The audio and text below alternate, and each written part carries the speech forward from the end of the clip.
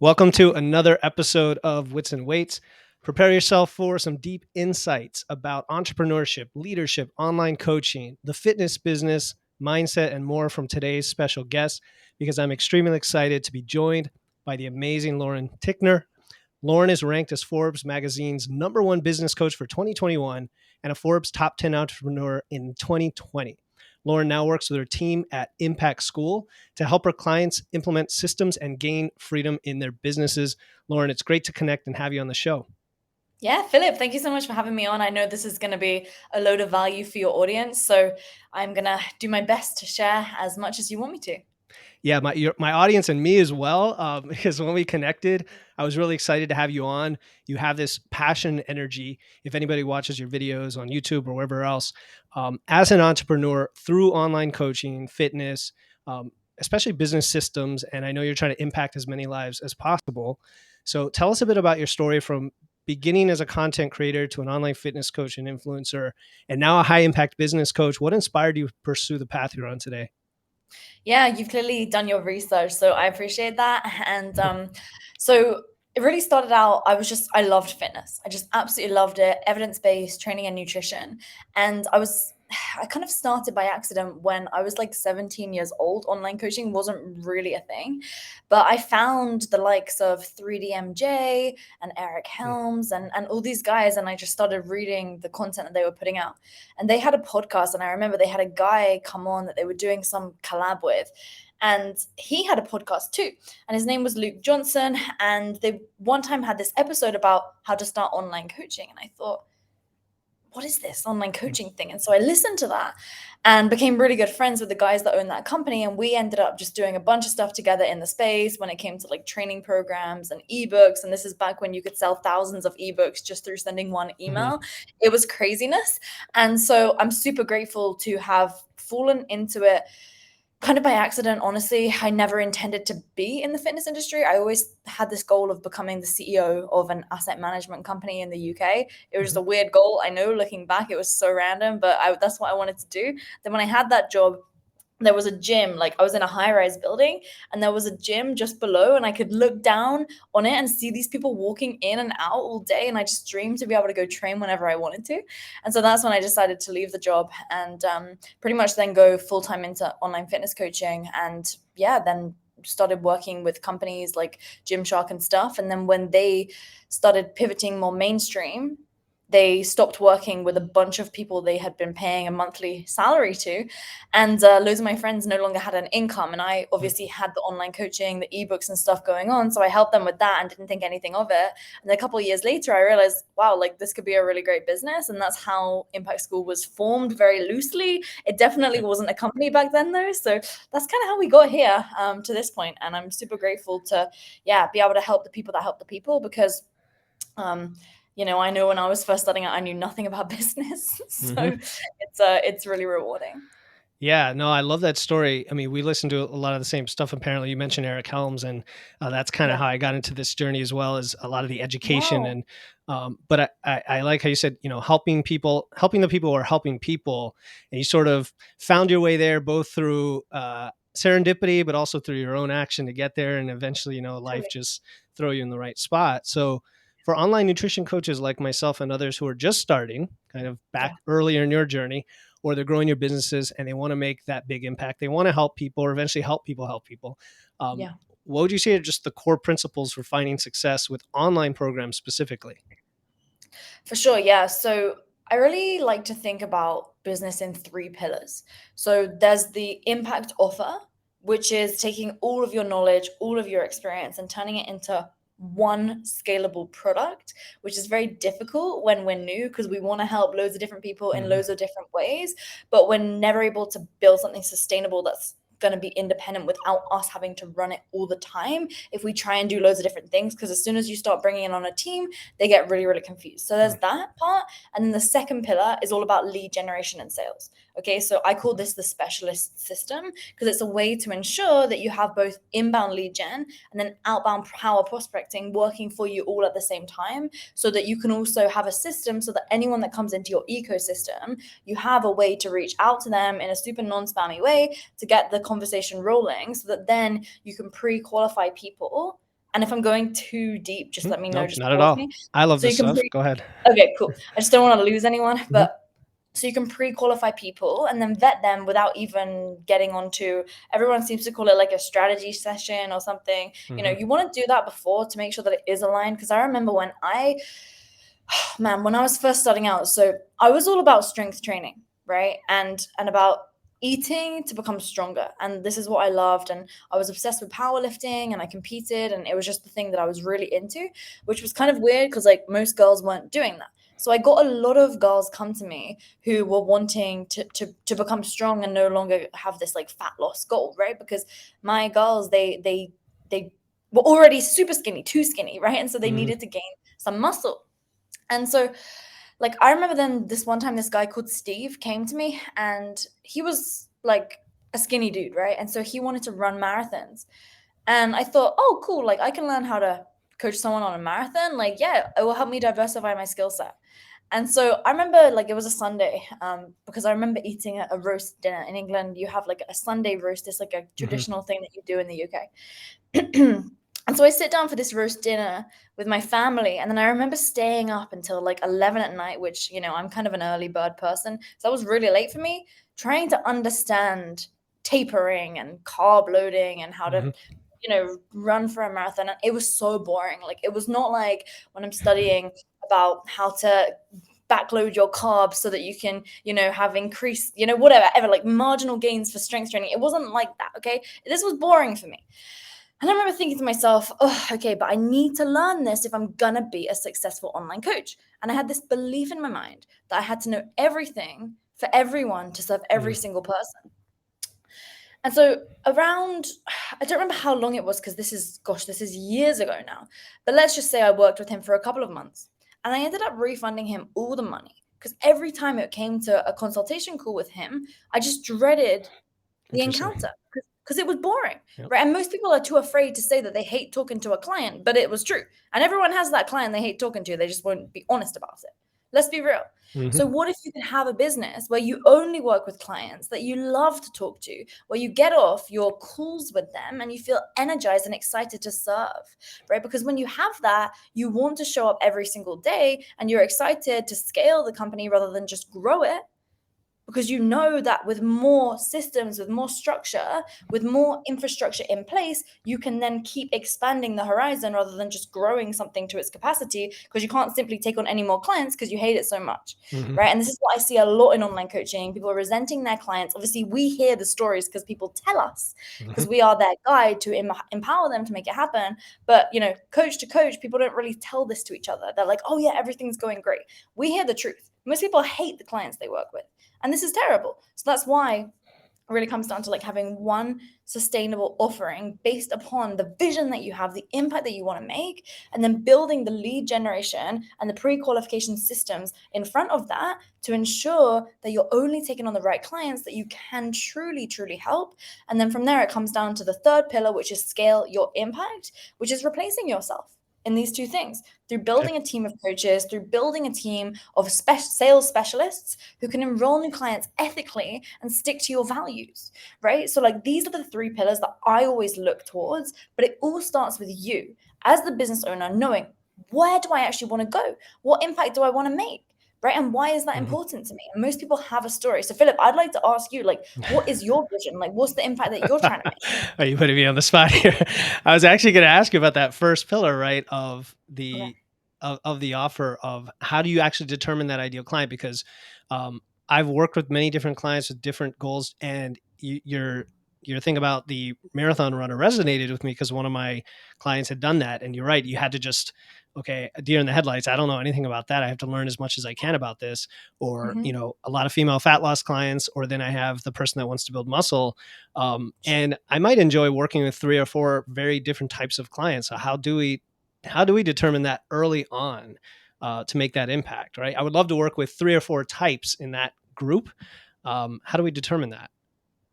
Well, that's what you'd love to do, but it's not necessarily what's going to make the biggest impact. And Okay. sometimes we have to sacrifice our wants and our desires in favor of what the company needs and what the people need, because it's not all about you in the Hmm. in the in like in the long run. Okay, At first, it's all about you when you know the impact that you want to make. Because when you get clear on the impact you want to make, it's like a tunnel vision thing.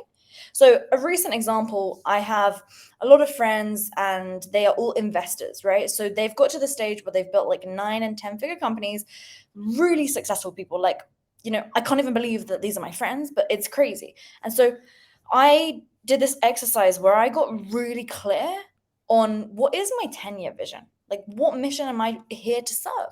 Why am I doing this? And so I would always say it's to build a company of companies that make a positive impact on the world. But I realized that's super vague, right? Because positive impact can be interpreted differently for everyone. Mm-hmm. Same like health, right? Health can be different for one person and the other. We know the state that we want to get to, but for someone with diabetes, it's very, very different than someone that is like, let's just say, anorexic. It's totally different. They have to have a different treatment. So then when it comes down to the way that I was thinking, there are some things that are really important to me and some things that are not. So I have a brother who's 2 years younger than me. However, his mental age is between 1 and 2 years old, right? So he's physically disabled. He has epilepsy and autism, various other learning disabilities. He has a tube in his tummy because he does not eat or in a sustainable way. So he's actually, interesting enough, quote unquote, anorexic, even though he would never even know what his body looks like. It's just totally out of his consciousness, right? So anyway, I realized that for the longest time, I thought that the things that I really cared about was like education. And I thought that it was, all these different things. But I realized like the biggest, most important thing for me is health. So then now I had this deal come to me to invest in this company. And it was a really good deal. Okay, very, very good deal. It was a crypto gaming company. And it could have made a lot of money. And I know a lot of people that have made a lot of money from this deal. And so I said to one of my friends who has a huge nutrition supplement company, like you would know exactly this company, like it's flipping huge. And he was the one that presented the deal to me. And I said to him, like, I'm facing an ethical dilemma right now. Like, I don't know what to do because this deal is great and I know I could make a lot of money. And I know with that money, I could then invest that into the things that I really, really care about. But it doesn't align with my values and my vision. And so he said to me something which I then ended up taking a different decision than what he said. Because he said, like, well, Lauren, if you put in even just, X amount now and you make this much on the back end, it's pretty much guaranteed, which this kind of sounds crazy sometimes, but there are these deals like when people play with like big sums of cash, like it can be like that. Anyways, I digress. But so he said, based upon what you're looking to do and to achieve, like if you invest the money, then that can be money which you've then multiplied to then make a bigger impact. And I agreed with that, but it didn't for me align because it didn't agree with my truest values. Right. So I said no to the deal. I didn't go ahead with it. And so now I'm very specific and I could have made really a lot. And so now I just realized like this feels good inside. This feels great inside. And it allows me to stay focused and not get distracted. Because I must say, I did get distracted then. But now I know if a deal like that comes to me again, I'm not even going to entertain it. And instead, I can focus on the things that I need to focus on. Mm-hmm. So I had to get clear on what is basically my tunnel. Like, what is yes and what is no? If it's great, it's no. It's not. If it's not a hell yeah, it's a no. I love that saying. And so the same thing goes with like many clients that we have at Impact School. So I have this fantastic fertility health doctor. That's her Instagram as well. And she in the beginning was like working with all different sorts of people. Like sometimes she would take on clients who were like, half. But then she realized like why she's in the game. She wants to help people have a very healthy, successful pregnancy and raise incredible children. Right. And so like that's her mission. Like that's why she's doing this. So if she's going to take on someone who needs to like reverse diabetes, that person will be better served with someone else who focuses on that specifically. Like another one of our clients, her name's Charmaine Dominguez, and she helps people reverse type 2 diabetes, right? And then, for example, if someone with type 1 goes to her, then actually, for example, the COO of Impact School's sister, her name's Galia Barrage, right? She has type 1 diabetes. So she helps people who live with type 1 diabetes. So there are people out there who you can build partnerships and relationships with to send clients to. And maybe you want to do a deal where you send referrals. I personally just like to send it because, whatever you put out in the world as value, you get back 10 times and it doesn't have to be from that same person. Sure. And then that when it comes down to like the, more spiritual stuff. But to answer your question, I think it all starts with you in your mind, but then realize that it's not all about you and what you want to do once you've made that decision. You then stick with your original choices, and obviously you can change and adapt based upon new information that you get. That's of course important, but like taking on everything and trying to be everything for everyone, you're never going to serve people to the best degree possible. That's from my personal experience, having worked with more than 3,000 clients very closely at this point. So. Yeah, and I asked that question, especially on behalf of people who have had maybe 5 clients, 10 clients, something like that, and they're still figuring it out and really can't answer that question, I guess is the problem. Some people have that, extreme tunnel or target vision that they have. Others haven't discovered it yet. Like in my case, I know most of the clients that I enjoy working with that I find I can help them, most of the ones that found me through this podcast or through the information I'm putting out there. And maybe there's some tie-in to this evidence-based nutrition and body composition that I really focus on a lot, but I'm not really 100% sure exactly where that falls. And I don't necessarily want to rule things out either if a new potential client comes in and all of a sudden it's a perfect fit. So that's why I asked that, Well, it question, sounds Lauren. like that's one of your values, right? Like, so a value that comes to my mind that you have clearly is like constant learning, right? And progression. So it's like you don't want clients who just want to get by. You want clients who want to get to that next level, because you then are able to thrive and you get excited to serve them because they are excited about working with you and they're excited about the outcome that you're going to get them. So like that would be a value that you have, right? For us, same thing. We have constant progression. That's one of our values. That allows me to know at Impact School, if we're hiring someone, if they're complacent and they're satisfied and they don't really care to learn more, then they're not going to be great at working at Impact School. Neither are they going to be good at being a client of ours. So that's just an example there. But okay, this is one thing that really helped me. Can't remember who said this to me because I would love to be able to give the credit. I definitely didn't come up with this, but someone said to me, how do you want the world to look after you're done in it? So that was really helpful, because then it made me realize like there are some things that I just don't really care about actually doing that I'm doing right now. So that can get you thinking. Yeah, it definitely gets me thinking and the audience thinking, I hope. Okay, so what if your second pillar was about the developing the business with lead generation, sales, and so on before you got to the scaling? Well, what if you love fitness, but you dread the idea of those things? You dread the idea of, quote unquote business, right? Whether it's posting on social media, sales and marketing, all the things people think and know are required to grow a business. And you're too early on to necessarily hire and have a team to do that. So what is your take on that? Well, maybe you don't need to have your own business. That's also an option, right? There's people like you that these people can go and work for, who already have a great platform and a brand. There's also other companies that you can go and work for. So I also used to be in the belief that everyone should have their own business. And I had a conversation with Noor, who she started out as a sales specialist. Okay. Then this is years ago, then she started managing that team, right? Then she started doing some coaching on sales for our clients. Then she started shifting into operations. Then she became the operations manager. Now she's COO. And now she's also my business partner. Okay. And so like, this is the evolution there. But I didn't understand, because she was making, from in-person personal training, she was selling it for 4.2K pounds. And every month she was doing more than 16 grand a month. Because I remember it was above 15K, but below 20. And then I offered her this job and I said, like, look, this is going to be a serious pay cut, but I need you on my team. And she said yes, because she didn't want her own business. She didn't care about the money as much. And so I think as entrepreneurs, sometimes, because we are so excited about things all the time and we want to do 10 different things, sometimes having those non-entrepreneurial people on our team who are more level-headed than us is very valuable, because it can prevent us from making all these crazy decisions, which, believe me, I've been there. So maybe they don't need to have their own business, right? If you're if you're a PT on the ground, like doing all these sessions in person and it's too much for you, then maybe you could go and be an online coach for an online coaching company. If you're a nutritionist, my gosh, that is like a super in-demand skill, because there are so many great online fitness coaches who don't have a nutrition branch to their company. So they're just doing these kind of like sketchy, macro plans, which they shouldn't really be doing, whereby you could come in and partner with them. right? And then they take on all the business stuff, and then you act as the nutritionist at the business and get a fixed monthly retainer. Or you say to them like, hey, I want to be like entrepreneurial here, which is building kind of like an entrepreneurial company within a company. Hmm. And then they build their own branch within another business. So that's also another option. There are many ways to do something. It doesn't just have to be like, okay, I love fitness, I need to have my own business. Yep.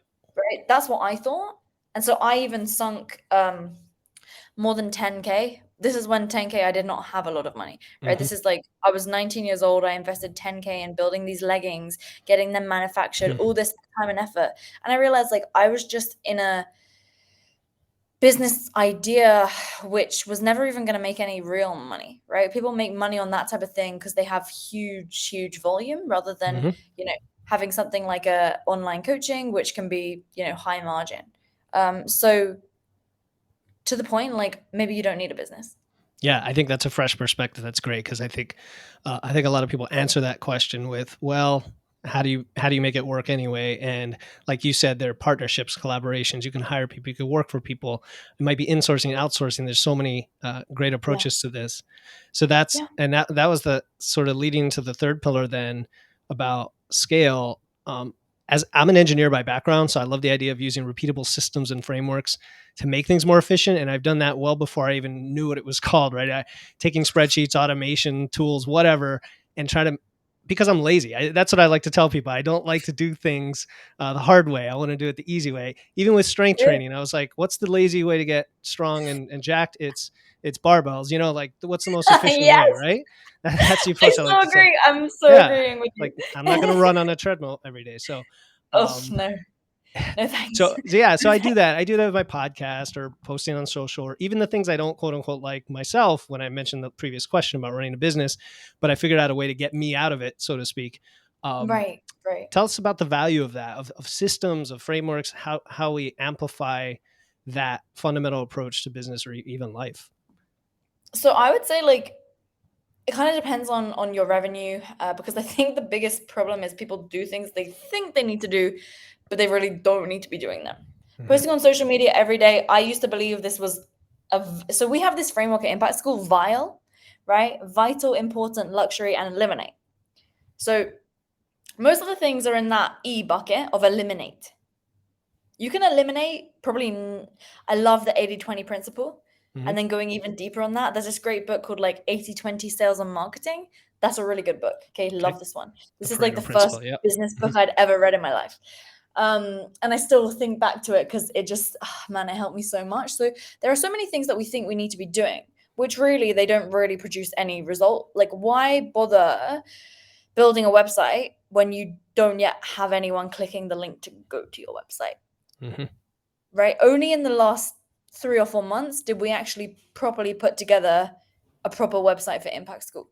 Before it had Latin text on there, you know, it was terrible. It was really terrible. I The mean, even placeholder now, text, you mean? yeah, and Yeah. even now it's like pretty mediocre. But we recently I just invested in a website building expert and copywriter to do the whole thing for me, which was a huge sum of money, which I didn't need to do, because in the beginning stages I would have been better off spending that on building a team, to support my clients, so that then I could get freed from that area and then focus on sales and marketing myself. And then when I made that more money again, then I could then finally put that into, you know, maybe some ads or some social media growth. And then from there, maybe then you want to build the website. Okay. So like, I just think about things in sequential steps. So if I am going to have like 2 people visit my website, why build that instead when I could build like an entire Google document or a Notion page telling exactly all the details about my offer and Hmm. my program? Because then I can send that to people one on one in a DM conversation or via email, who are actually coming to me and asking me. Or you could then start reaching out to like 50 people a day, saying, and not doing it in a spammy way, instead saying like, hey, I've just graduated 10 people from my nutrition program which reverses type 2 diabetes, just wondering, as I'm about to start a new cohort, if you know anyone that could be interested in reversing type 2, right? That's just an example. And then you're going out asking them for value, and then giving them value, by seeing if they know anyone, and then, you can get referrals, and oftentimes those people then will end, if you do your targeting properly, they are people that have type 2 diabetes, as my example. And then from there, then they'll start replying back to you like, oh, well, I don't know anyone, but I'm interested. Right. And then you can send that page to them directly in the chat. So it's just like the volume of people that will see it will be way greater than like I'm giving this website example because this is probably the biggest mistake that I see. Sure. People get all their fancy business cards and things. No one cares Right. about And your business card. nobody sees it. Yeah. Nobody comes there. No, Yeah. Right. exactly. So Right. so before even thinking about scale, I like to scale intimacy, which is one-on-one conversations. And I like to get that so scaled that, like, for example, as the business owner, I would no longer be able to do it anymore because I have other things going on. And then I would want to Sure. replace myself in the things that are not directly producing revenue. Because I think especially in fitness, coaches think that they have to do all the client work. Like, I don't want to have a cookie cutter program, and I don't want to, I thought all this stuff too. But then I realized I can hire great people when I'm making enough sales, people who are really fantastic, who don't want their own business, who will come and work at my company, who are going to get better results for my clients because I can then stay in my zone of genius. So it really comes down to, at this point, like, ask yourself the question, what do I hate doing the most in my business that doesn't produce me revenue? Excellent. Because if you hate sales, like, you probably want to keep doing that for a while until you've refined it and dialed in the system so that every single time you know that this is going to produce the outcome that you want. Right. And I imagine you can pick 100 people and every one of them are going to dislike a different aspect of that process. So you've got to target the one that, like, I really enjoy talking with people, and I didn't used to, years ago. I used to be very introverted, and, now I'm talking probably way too much on my podcast, but that's my outlet for reaching people. That's great. That's great. But if you were doing client work like 10 hours a day, you wouldn't be able to do this, right? And so, like, it just comes down to also thinking, where can I add leverage? And, a lot of it on the client success side of things, we like the impact offer because it's really a fusion of having, a program which takes someone to an outcome specifically, but then there's enough like wiggle room so that throughout that process, you can adapt things one-on-one to every single client. And especially now, like, the way that I'm seeing the industry going is that coaching plus consulting plus courses plus agency is all moving into the same umbrella. Right. So it's like, how can we do more for our clients so that then they have to do less work so that we can stand out, rather than them saying, like, what makes you different than this person? Right. That's also something that's going on in the space. So I think adding leverage through building a program, we like having an impact offer because I just think it fuses together everything so nicely. Client does something, they submit it to you, it's all systematized and all organized. And then from there, like, most of the time, the next thing comes down to, like, getting someone to take care of actually managing the clients, serving the clients. And then if they have like something specific that needs your attention, then that person will come to you to ask you rather than the client coming to you. And it just removes that level of access. So then you're able to have the creative thinking time to think, how can I actually scale this thing? Right? How can I build a new system to bring in more leads of dream clients, or get me on more podcasts, or go to more events, things like that. It creates that freedom. So then you can really, really scale. The impact offer, as opposed to trying to sell the differences between you as an individual coach, for example. It's having a program where the client feels like it's seamless, maybe frictionless for them, and then being able to scale. So taking a step back a little bit, for someone who wants to be that entrepreneur, who does have the passion, and enjoys the fitness space, but they have a full-time job, right? They're already feeling a little bit stretched thin, overwhelmed, maybe have the family and so on, and they want to cut through a lot of these shiny tools and distractions we've just been talking about. Maybe they're a little risk averse too, but still feel like that's the way they want to go. Where would they start, right? Balancing that job that they don't want to give up just yet, and then moving into this new venture. Yeah, so it's interesting. We recently kind of pivoted to working exclusively with people that are, like, full-time in their business, already doing like a certain amount, because, this is where I'd say we are the strongest when it comes to like getting the first. And honestly, it's the first stage. Like, I don't even think it's a good idea for someone to like join a program like Impact School at that stage, because it's way more simple than people think it is. It's way more simple. And I don't feel super ethical doing that, because like, it's so simple, and I didn't realize that it's mainly just you and yourself. So I would say the first thing is, like, you need to be dedicating like 1 or 2 hours a day to personal development. You have to start there. You have to get ready for it. You need an entrepreneurial mindset upgrade so that then you're ready for what's about to come. Because when things start moving, they start moving very, very quickly. And people are often thinking like, it feels too much too soon. But that's entrepreneurship. Okay. So where can you right now, if you pull out your phone, pull out your calendar, whatever you like to use, where can you put in, let's just say, 2 30-minute slots of personal development? Where can you put that in? Right? And I'm not talking like just business stuff here. I'm talking about personal development. Things like, maybe you want to look at like Dr.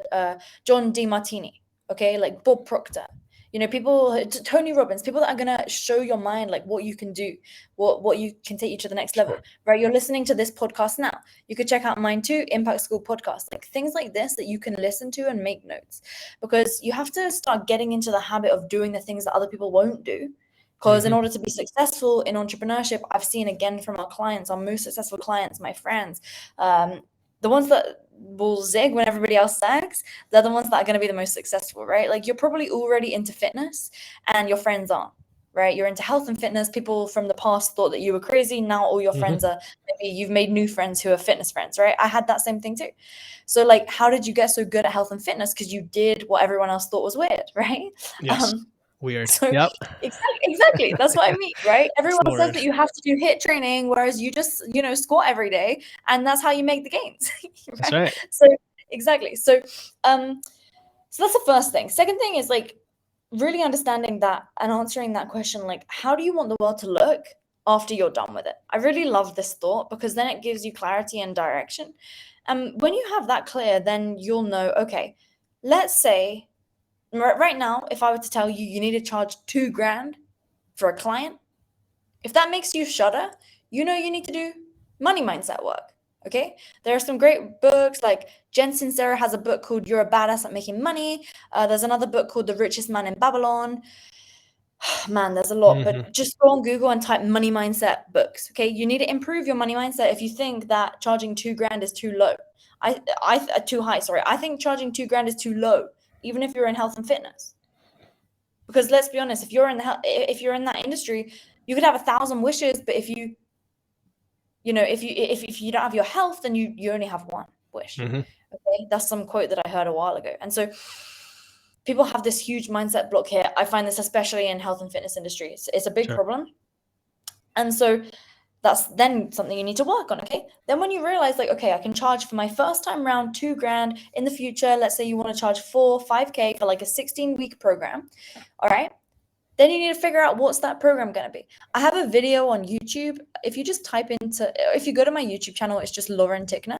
There's this video like where I spoke at this event called War Room, and it's like how to build a productized service and scale to millions. Like that's the title of the video. Like this is a really good video to watch to get an understanding of how to actually, build your product. Okay. And then from there, it comes down to just bringing in like 5 to 15 clients at that $2,000 price point. And let's say that takes you like, I don't know, 45 days to do. Then you've made at least $10,000 in the very beginning.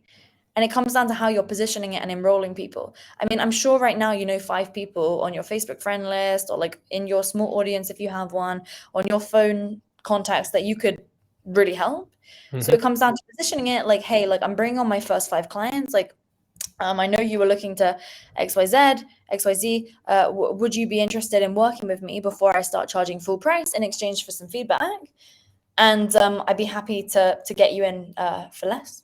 Yeah, this is gold. I mean, that's how I got my first clients as well. It's a great approach. You're right. Yeah. And what was I going to say here? So what are the things that then hold people back beyond?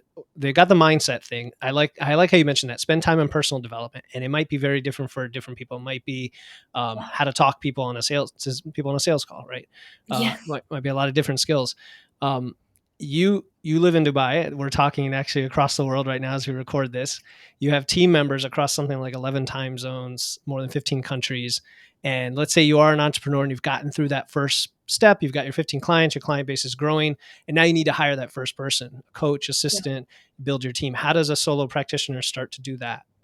This is great. So how not to do it is find a friend and say, hey, you want to come work for me? We've all made that mistake.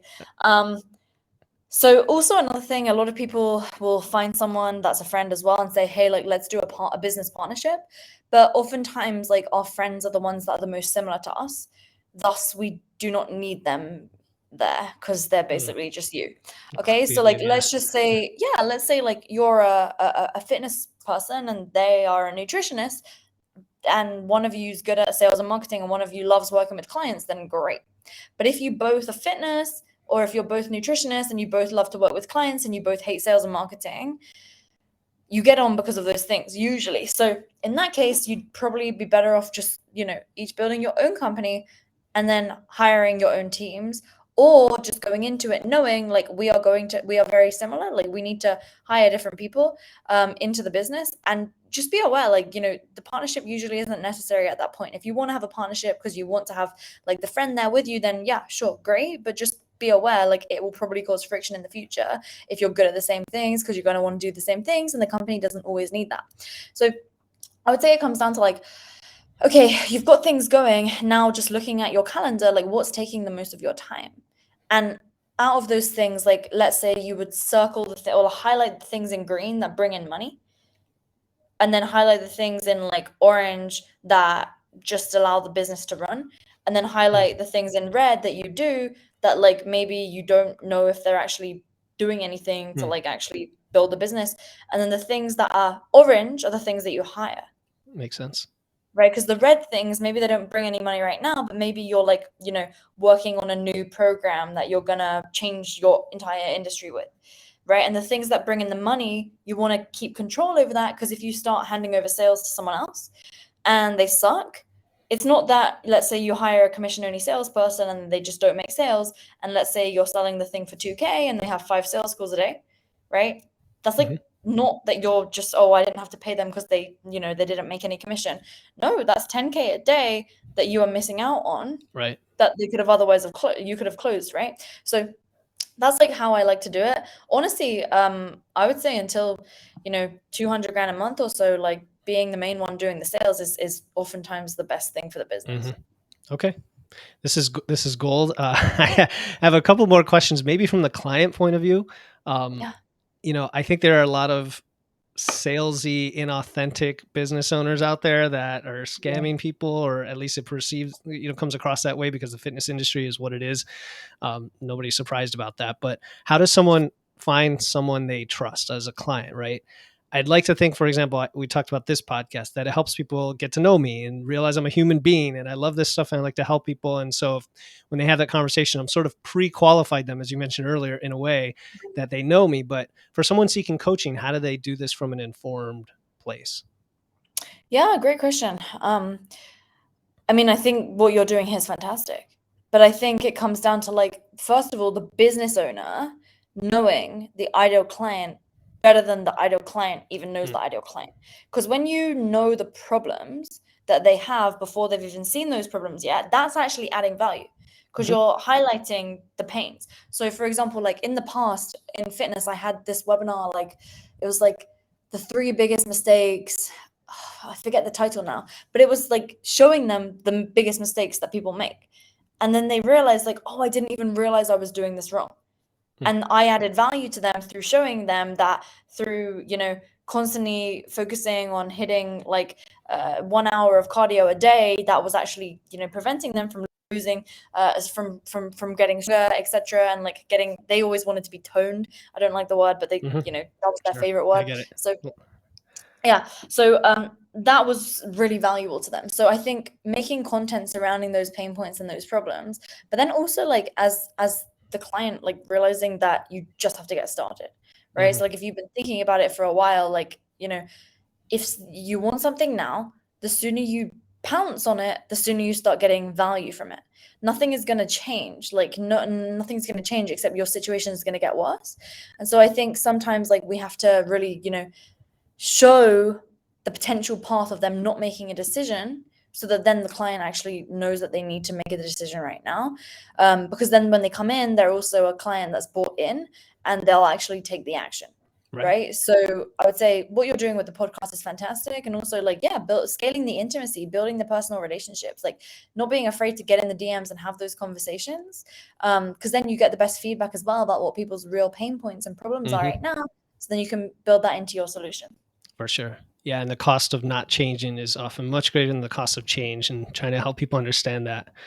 Kind of related to this, on one of your Twitter posts, you talked about using the language your clients want to be spoken in. And I really like that point. I'd like to learn a little more about that, if you can elaborate on it. Yeah. So for example, like if you say, I'm going to help you get a toned stomach, or I'm going to help you get shredded abs, it's the same outcome. It's just one way you're talking to a dude that wants to, get buff, and the other way you're talking to a woman who wants to have a nice stomach, or a guy that just wants to, get a little bit, jacked and muscly, but not like shredded. Right. So it really comes down to like, when you're in the DMs of people talking to them, or if you're talking on email, or you're looking at how they're commenting on the posts of like, companies in your space, just look at how they're typing things, right? Like if they're like, yes, queen, like, you want to start talking like that. Whereas if they're speaking in like a super scientific way, then you can meet them where they're at. And that's also going to kind of dictate like the level of sophistication of the client in which you're serving, right? So I made the huge mistake when I was in fitness, whereby I would be talking about super complex stuff in a really scientific way, and it totally alienated my dream client. That was a Eyes huge glazing mistake. over. Yeah, they don't know, they don't care, they don't understand. Yeah. And that was, I also, when I was competing, I did some bodybuilding competitions like bikini. And that was stupid. I shouldn't have done that. Like I thought it would help my business, but it hurt my business a lot. And I just did it because my friend told me like, hey, you should do it. And I wasn't thinking properly. I mean, fine, in hindsight, whatever, it was whatever. But like for my business, it was not good, because I was so alienating myself from my client. So that's also something to think about too. Like, how can you be relatable, but also position yourself as the person that's been through the pains which they've been through, and now you have the answer and the outcome. Got it. Awesome stuff, Lauren. Well, I'd like to finish it with this question with all guests, and that is, what one question did you wish I had asked, and what is your answer? Oh man. Okay. So question that you wish I'd asked, I think like just maybe about, for you and yourself, like what you need in order to get your business to the next level. Like, cause it sounds like you have a bunch of different offers going on right now, and you're trying to serve like a lot of different people. So maybe just something specific to that, cause I think that can be helpful for your audience, and then maybe they can also send you in their feedback. Should I ask you that question? Oh, right. Yeah. My answer. So I would say like, you need to just figure out like the outcome that you want to take your clients to. Yeah. And get ultra crystal clear on that, like based upon the impact that you want to make. And then from there, I would also, in order to get to that outcome, like have people DM you on Instagram at Wits and Weights, tell them like, what they're working towards, and like what offer that you could put out that would get them to say yes. I love that. Validation, right? That's great. There we go. Yeah. Okay, so Lauren, this has been an amazing conversation, full of great information. I learned a lot, and if nothing else, that I love that. But the listeners are going to as well. So, where can they learn more about you and your work at Impact School? Yeah, so if you like podcasts, just Impact School Podcast. I also have a really old podcast where you can still listen to all of them, called Business Meets Fitness. So you might like that. That's all about like building a fitness business. Like the stuff's super old, from like 2017, I think. So, I think it's still all quite relevant, but I haven't listened to it for a while. So maybe my voice is a little higher and I'm less eloquent. But yeah, they're the best places. And obviously all social media. I'm on Facebook. We have a Facebook group called Impact School, which is free. Yeah, those are the best places. Instagram too, Lauren Tickner. I'm kind of everywhere. So awesome, Lauren. anywhere Well, of course. Yeah, no, and I'll include all of that. I'm going to go check out the older podcast too. I know which one you're talking about. So you've been an incredible guest, Lauren. And, I think here we've peered into the mind of someone with a ton of experience and knowledge. I personally learned a ton. I had fun chatting with you, and I want to thank you for coming on the show. Philip, thank you. This was awesome. And yeah, I love what you're doing. So keep it up. Thank you.